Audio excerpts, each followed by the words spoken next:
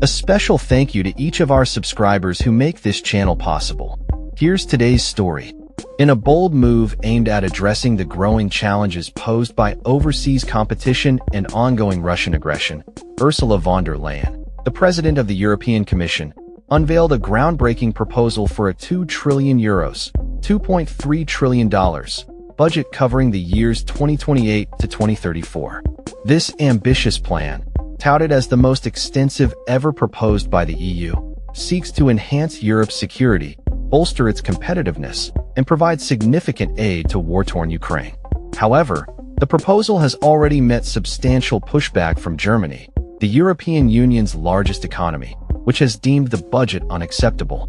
The German government, through spokesman Stefan Cornelius, expressed concerns over the feasibility of such an expansive budget during a time when member states are tightening their own national budgets. This reaction underscores the complexities and challenges the EU faces in coordinating financial strategies among its diverse member states. The proposed budget allocates a staggering €451 billion under a broad competitiveness category, which includes defense and space initiatives, marking a five-fold increase in funding. Moreover, it sets aside up to €100 billion specifically for the reconstruction of Ukraine, aiming to assist the country as it grapples with the aftermath of conflict. In addition to these allocations, the budget introduces new flexibility funds designed to address unforeseen crises, demonstrating a proactive approach to potential future challenges.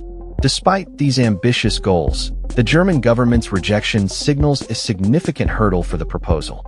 Cornelius emphasized that a comprehensive increase in the EU budget is not feasible given the current economic climate, where member states are making considerable efforts to consolidate their national finances.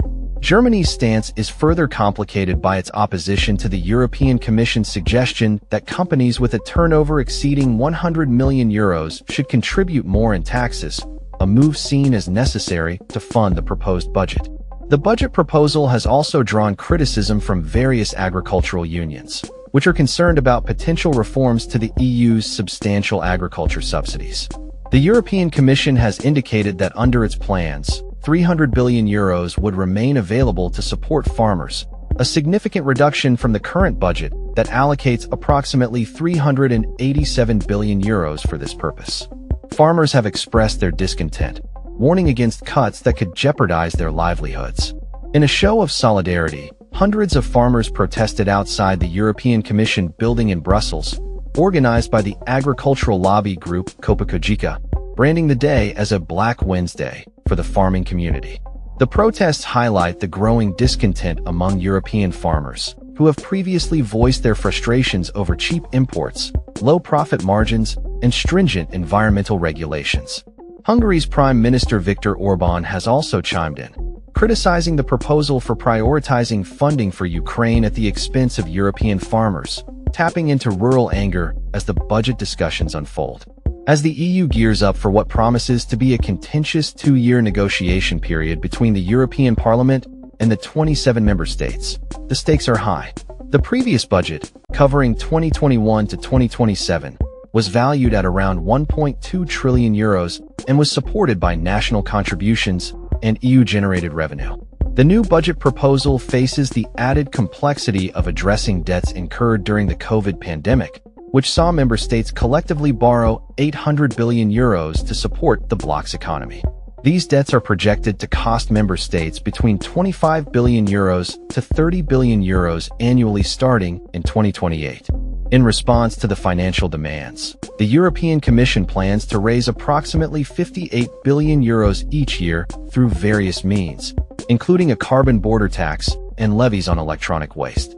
However, the initial reactions from member states indicate a looming battle over the budget's size and allocation.